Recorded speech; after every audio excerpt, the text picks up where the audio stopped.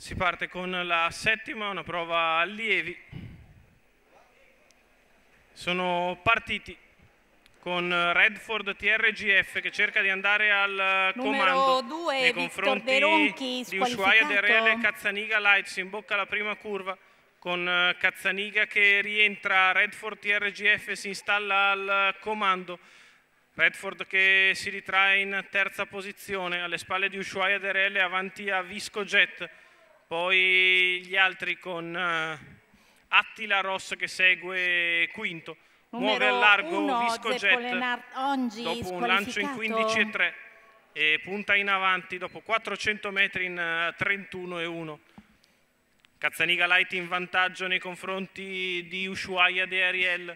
Di fuori Viscojet che si porta in scia Attila Ross, terzo lungo i birilli e Redford TRGF. Questi 5 bene avanti agli altri, cappeggiati da Cleorab. 46,5 per i primi 600 metri, con Cazzaniga che guida nei confronti di Viscojet al suo esterno, poi alla corda Ushuaia DRL, ancora sempre Attila Ross in seconda pariglia a precedere Cleorab e quindi Redford TRGF.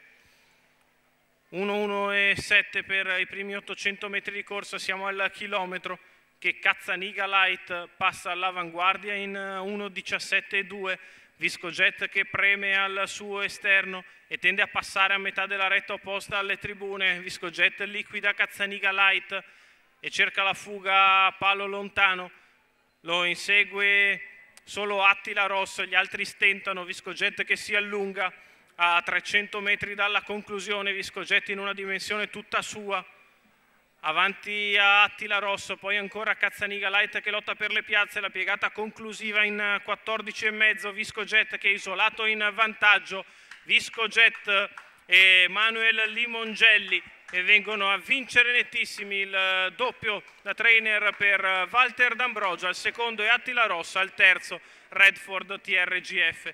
31 ad arrivare, 1,16,1 il ragguaglio al chilometro per il successo di Manuel Limongelli e Viscojet. Francesco Iaccarino alla proprietà del 9 anni Danaglo, declassato nella categoria, gira di fuori, passa e vince facile, lo riapprezziamo nelle immagini, il facile assunto nel finale di Viscojet e Manuel Limongelli.